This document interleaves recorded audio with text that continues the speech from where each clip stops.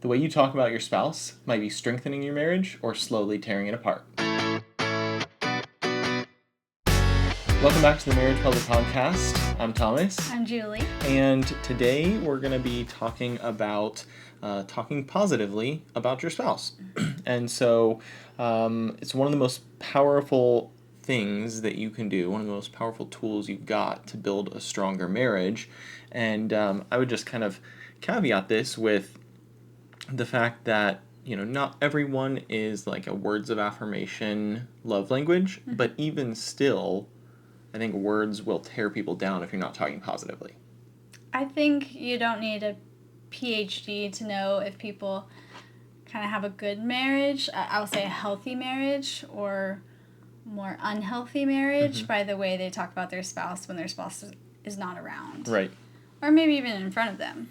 I think this is the natural, group setting of kind of, I hear it all the time and we see it of someone's like, oh, my husband doesn't do this, and I get home and then this happens, and it's just like this word vomit of my husband or my wife, and yet it's more rare, but so nice when you hear people just like doting about their spouse, like, oh, like, always have the benefit of the doubt, so, I know they're thinking of me this, or they brought me coffee or flowers and things like that. And so just, I think, I'm not going to say any names, but maybe you're even thinking of the friend or the acquaintance that you're around, like, those people, and they're consistent. So I could name, like, this is a group of friends that talk more negatively, and this is a group that talks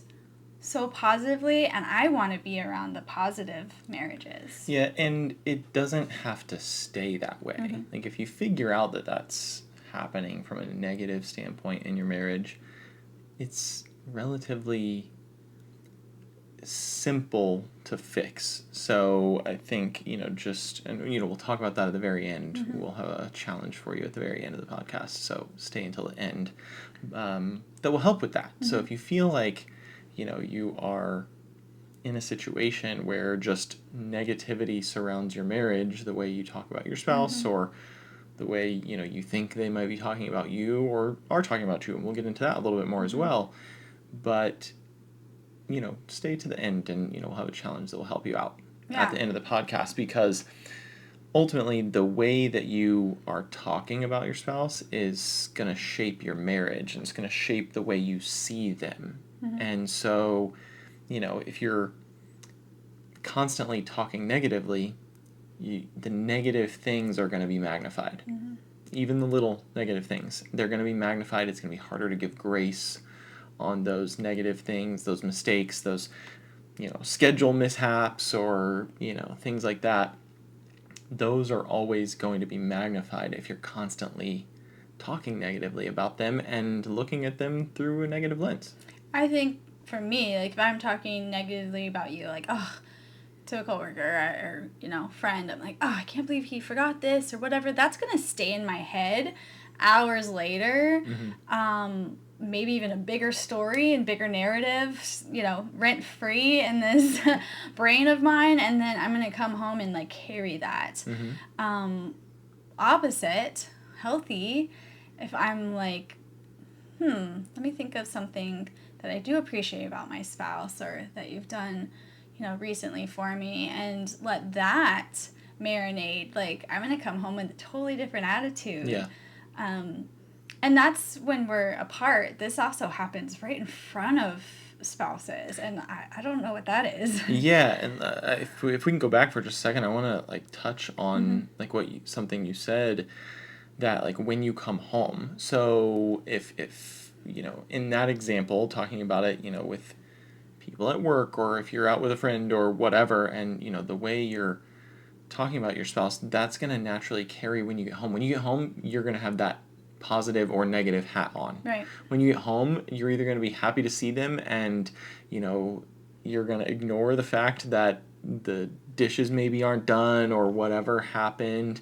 But if you have that negative hat on when you come home because you've been negatively talking about them, that stuff that's how you're going to walk through the door, and you're immediately going to be at each other because you're going to be nitpicking and, doing stuff that's just not fair to them because they were just, not even around you, and you were the one talking bad about them. And so, I think an example on like the positive side of this in our marriage recently was the day that, our son had a doctor's appointment, and you had taken him, and it went way longer than you expected, and you're actually close to my work, and I was like, well, hey, you've got farther to drive, I can figure out my time, what if I just leave work, meet you, take him back to daycare, and then you go straight on to work to get there in time.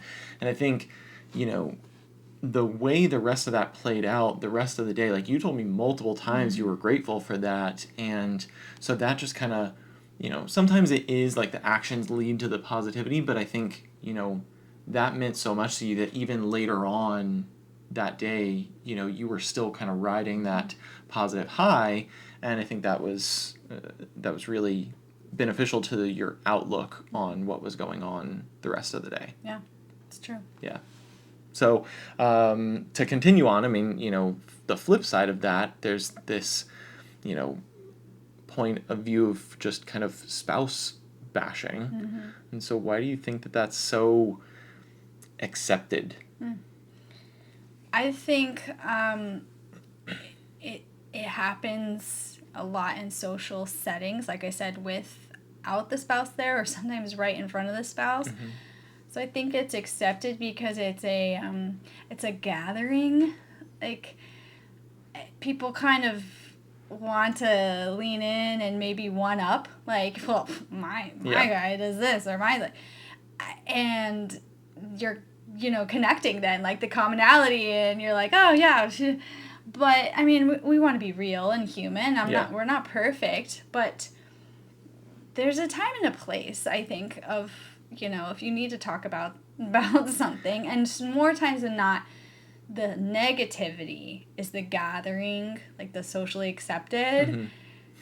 I don't hear as much like, oh, Thomas makes me coffee every morning, and someone like, no, my guy brings me flowers every day. Like, oh, and no, this guy, and like, we're not one-upping with the positives. Right. And so even that example of, you had my back the other day with our schedule conflicts and who needs to go to work and all that, and it meant so much that you just like dropped everything for me. I have to admit, I didn't go into work and say, well, the only reason I'm here is because my husband pulled through and came and like rescued me, and all, like, I had it in my head and I carried that positivity, but I'm saying in that public thing, public setting, I think it's socially acceptable, unfortunately, because it breeds community. Yeah, well, I mean, think about it this way. When, you look at a review of an Amazon product, what's the first thing you do? You switch to the 1 star. Bad reviews to see how bad it really is. Like, see what the actual problems are, and that's what we feed off of. You may go back to the 5 stars, and then afterwards kind of soften the blow. Like, what am I actually about to buy? Like, is this really okay? But I mean, I think that negativity is kind of what we look for in a way. I think you said something that made a lot of sense. Like, in a group setting, there's this kind of one-up factor, and I think that's just a natural human thing, not to necessarily try to be better than each other, but to try to relate to each other. And so in a setting like that, when it gets negative, then people can easily find the things that are wrong with their spouse, or that their spouse did wrong, and tell the stories and things like that to relate. And it's a lot, I think on the flip side, it's a lot harder to talk about your spouse positively, because if you really feel like you have a great spouse, you don't want to be making these other people feel so bad about their situation, right? So there's this fine balance that you need to walk, and I really just think that as a society, we just need to kind of flip that script in our head and just be like, you know what? So what? I have a good spouse. That's fine. If you don't, you could have. Just figure it out. Like, talk about it. go listen to Marriage Puzzle. Like, Yeah. they'll help you figure it out. Like, shameless plug. But, I think that's a big part of it. I think we even see it in the comments. We're going to keep seeing it in the comments because this is the niche we're in with marriages. We can give some marriage advice and hope that you might go try it. Mm-hmm. And we practice what we preach. We try it. We've either been there and learned the hard way, or we're really trying to do this with you. Mm-hmm. And yet people will still chime in like, oh, yeah, that's not going to work for us because my husband this or my wife won't do that. And our comeback to that is then you work on you. Right. So you work on you and they will. They can change too. It's just not going to be like this perfect same time, Right. So you be the first one to start talking positively or stop talking negatively. Yeah. Stop making jokes about, I think sometimes people say that. They try to do it in a funny thing. Like, oh, I'm not being mean. Yeah. It's funny. But it's like, it really is bothering you. Sure. Yeah. And that's a really good point. I think that it can seem so harmless. And I think the reason behind that is because, at home, privately, you're so close with your spouse. Like, you pick on each other a little bit. You have, and you can tell it's in jest. And you have these little inside jokes that each other knows about each other. But when you get into a group setting and you start making those same jokes about them to other people, then it does tend to cross a line. And even if it's meant to be harmless and just fun, when you make your spouse the butt of a joke in front of other people, that makes them feel, really small. Mm-hmm. It just kind of pushes them down, pushes their self-confidence down, or self-esteem, and it really hurts that situation, hurts their reputation or image, or they feel like it does, even if it really doesn't. If you're a really close group of friends and that it may not actually hurt their reputation with the group, but that's their perception, that now that's out there about them and everybody knows this and everyone's going to think differently, and so it's just better, just stay away from it. Mm-hmm. Love your spouse with the words and the actions, publicly and privately, mm-hmm. and in your own head.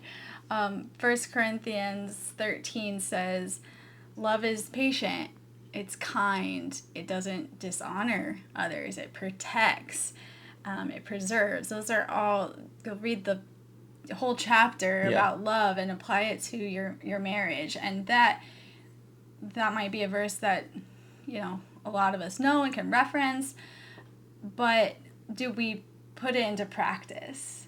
Am I loving you by being patient and kind and not dishonoring you and protecting you and preserving our marriage and our relationship to what others see and hear out of my mouth? Yeah, that's really good. I mean, it's just pure wisdom. I mean, I think just choosing to talk positively and follow some of those statements in that verse, and like you said, in that chapter, I think just allows you to really just have that wisdom and say, you know what, I'm just going to choose something different. Mm-hmm. I'm just going to choose to be honoring to my spouse, the person that, you choose every day to stay with. If you're going to choose that, why are you talking negatively about them in the first place? There's no reason for it. Like, it just doesn't make sense. And I think, we can give some practical tips so around this. Listening or watching this on all the channels, and maybe they're feeling guilty. Maybe they're like, "Ooh, that's me." Don't say, "Oh, my spouse always does that." Like, what are you feeling right now? Then what would you say to them if they're getting a check in their spirit of like, how could they work on this? I think, we've said this in, probably at least a dozen episodes, if not more. But in fact, I'm pretty sure we might even have a whole episode talking about this first one, first place I would start is just removing the words always and never from your vocabulary in regards to your marriage. Hyperbole. Yeah. I think that's the episode we have. They're not real statements. Yeah. I mean, it's I hesitate to say it this way, but like they're never real statements, but well, that's a fact. You can say that. What's why it's hyperbole is when you're like, you never do this, or you always do this, or if I'm talking to someone else, my husband never does this or always does this. Is that true? If I'm like, he always leaves the toilet seat up, like that's where the exaggeration happens. It's like, wait, is that a true fact? Right. To be able to use those words. So yeah, we're like, use never. Yeah. Or always. And to help with that, you can reframe it. So again, you always do this. Well, I've been noticing a lot. But you can reframe it or recently. Or just check yourself. We do that now. That is like the number one marriage advice we got before we were married. And so if I catch myself saying that, like, in person, like, you always do that. Wait, let me try again. And you can reframe it. And I'm reminded of our 3-year-old, almost 4. He's in speech therapy. And so he has learned to reframe his words when he says it wrong. Mm-hmm. So if he's trying to say fork, and it comes out York with a Y, he'll say York, and he'll say, no, fork. And he will, like, try again to emphasize the word he's saying, because he's in therapy, so he knows to reframe it.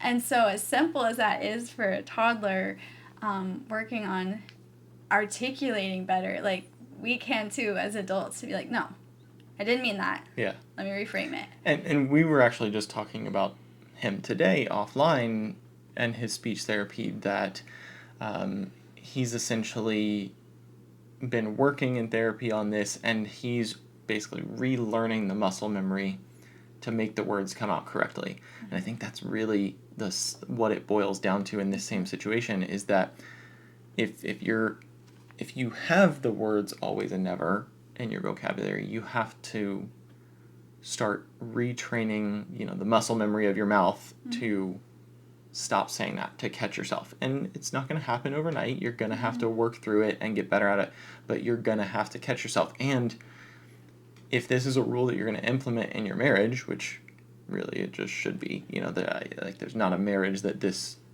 should be exempt from this one. If you're going to implement this rule in your marriage, I think that it's something you sit down with your spouse and you say, hey, one, can we just cut this out of our vocabulary? 2, can we give each other permission to call each other out on it in the moment when that happens? Nicely call each other out on it, but, say, hey, hold on, that's not fair. Reframe it. Don't say always or never. I'm open to hearing what you have to say, but don't give me that, blanket statement. So I think giving each other the permission will help, because your spouse can often be a lot more critical of you than you can yourself, and so especially in a heated discussion or argument or anything like that, your spouse is going to be picking out those words that you say very carefully, and we've got another whole episode on that, about conflict resolution and not just listening so that you can reload, but listening to actually hear. But knowing that most of the time in human nature we are going to be listening to kind of reload, if you give each other permission to call each other out on the always never situation, it'll be a lot easier to retrain that muscle memory, to know that someone's going to be watching you. They're going to be watching for that, and they're going to call you out on it. It's going to be a lot easier when you do get called out a few times to catch yourself and go from there. And if you're catching yourself out loud, you're going to naturally start catching yourself in your own head. When you're saying that in your head, they never do this. Well, that's not true. Let me fix that. A lot of times they don't do this. Okay, that's better. That's an improvement. Yeah. And so I think that's the way to go with that one. So we shouldn't say that to our spouse. We shouldn't say that to anyone else, and we shouldn't think it and our own thoughts. Right.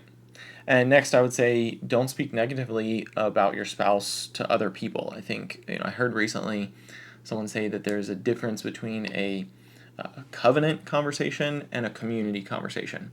So if you have something negative to say about your spouse, even if it's that, being the butt of the joke like we were talking about earlier, there's a difference between what happens in your marriage covenant, what you discuss, versus what you take outside of that and discuss. And, we did another episode recently about like work spouses and, how if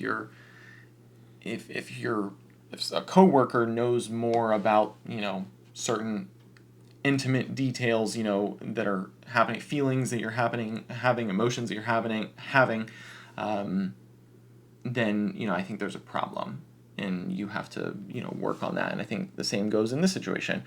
You shouldn't be talking negatively in a group of people about the person that, you've chosen to be with forever. So you have to choose to keep that as a covenant conversation.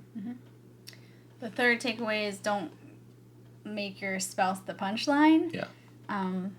Again, whether they're there or not, I think when I think back on like what's gathering people, laughing and things like that, what are we really saying? So just stop. But, if you can't like walk away from the conversation, of course, I'm always big on like shut it down, walk away. But you can influence even those peers by just not saying anything back. Yeah. I'm not going to one-up you. I'm not going to try to put a joke in here that's dishonoring to my spouse. Might be standing there, but the conversation can kind of like die down if I don't chime in. Yeah. Or you don't chime in. I love one of the things you said, just stop. I think, I think it's a Bob Newhart skit that's out there that he's essentially portraying like a therapist, and he's sitting down with someone and, she's telling him like, about the fears that she has and things like that. She's like, well, when I go to bed, I'm like afraid of the dark, so I have to sleep with a nightlight. And she's like, how do I fix that? He's like, just stop it. Just stop it. Stop it. Like, that's all there's. Just stop it. And so, I mean, that's an extreme setup, but yeah. I mean, I love how you said that. Like, if you just draw the line, like, stop it. Just, like, there's no reason to do some of these things. It's irrational to treat your spouse that way. You're there to protect them and uphold them and stand with them and move forward together and do things together. And if you're constantly like making them the punchline or talking bad about them, it's like, you're climbing up a staircase and you're just constantly like kicking them down, kicking them back down, and not letting them move forward with you. That's not fair. Yeah. Shouldn't be that way. So to apply this to other marriages, we have a 7-day challenge I'm excited about. See if people will embark on this journey with us. So tell us about that. So for the next 7 days, from whenever you listen to this, hopefully it's right away as soon as it comes Every out. Monday. But, if you listen to it later on in the future, just count 7 days from then, or have the conversation with your spouse and set the time frame. But you can do it by yourself, even if your spouse isn't participating. Right. Set the 7-day timer, and try to purposefully tell your spouse something you're grateful about that they did every day. That can be directly, verbally. It can be sending them a text or throwing a note in their lunch bag so that they see that. But every day for 7 days, try to, just do, right. Tell your spouse something that you're grateful about for them. Gratefulness is positivity. There's no way around that. So if you're finding something grateful about them, then, just make sure you're telling them. Don't withhold that from them. That's, we just talked about that earlier in the podcast of the example that we gave that helped us, that you came home with that positive mindset. If you're starting to tell them those positive things, you're going to naturally have a more positive mindset about them. and they're going to see that positivity is often reflected back, and it's not often going to be met with negativity. And so I think, starting there, 7 days, even if you just have to set a reminder for yourself every day at the same time to remind you to do something, then do that. Take the challenge and try and make your marriage more positive. This is even if your marriage is great, go ahead and take the challenge. Who cares if you're already talking positively about your spouse? Why wouldn't you want to try and make your marriage a little bit better? Just do it. It's the opposite of stop it. Just do it. just participate. And we want to make sure a lot of people are doing this with us. So make sure, if you're wherever you're listening to the podcast, comment challenge that you're going to accept this. Let us know. We'd love to, see how you're participating, and then, we'd love to hear about it at the end. How do you feel at the end of it? Go back and comment to us again, or send us a message and let us know, you're accepting the positivity challenge, and, let us know how it went in 7 days. We'd love to hear what changed or how you're feeling about it after that. Yeah, and it's not just for the likes and comments, it's the community that's building, because I love that when people do share, then other couples can see that and get ideas, and they're commenting to each other, and that's what we love, is like spread the positivity, not just to our own relationship or your own. It's like, let's make a positive movement on the 7-day challenge. There's also something about putting it in writing that makes you commit to it a little bit more. Even if you don't know any of the people that are going to see your comment, then you're still committing to something, and then you're going to go back later and be like, oh man, I didn't do that. Let me recommit. Let me do it again. And so I think there's something about that, committing to it in writing. This is not in our notes, but I'm going to add something that we've taken a couple through with marriage coaching. Usually we do marriage coaching with both the husband and wife there, and both, us there, so you get that male and female perspective into your marriage. But sometimes we'll do one-on-one, like me with the female and you with the male, to get through a pain point. And something that we encouraged to do was to write, like just take a notebook and sit down and write like positive things about that spouse. And so I just wanted to interject with that, because I hope, it's like easy to say, I love you, or you're so great, but there might be somebody who's like, that's really hard. I don't even know what to say verbally. I don't know what to text. I think you will if you then maybe take that first challenge and get out a notebook and just start thinking and writing it down. And if you get to 7, then you can participate, easy. You got your week planned. But we don't know where you are in these stages of relationship. And so that is something like a technique that we've just encouraged to, again, whether you're struggling or it's good to great and you want to think of, what do I appreciate about this person that I'm spending the rest of my life with and living with? Pull out that notebook and jot it down, and then communicate it to them as you take this challenge. I love that. That's a really great addition to this. If you need to take a day before you start the 7-day challenge, make it 8 days. Give yourself a day to kind of prepare for it and think through it. Don't make it robotic, but if that helps to kind of prime the well of positivity, do that. I think that's great. Definitely make sure you're writing those things down, because that's going to help you to remember to say it. Kind of like we said about commenting challenge. It's going to help you commit to it if you're writing it down in some way. So make sure you participate. Thanks for being here again. We loved having you to join us on this episode. We hope that it helps to bring more positivity into your marriage. Make sure you go follow us on social media, all the different channels. They're all going to be linked in the show notes, so go check that out. And we look forward to having you back next week, where together we'll work on marriage, one puzzle piece at a time.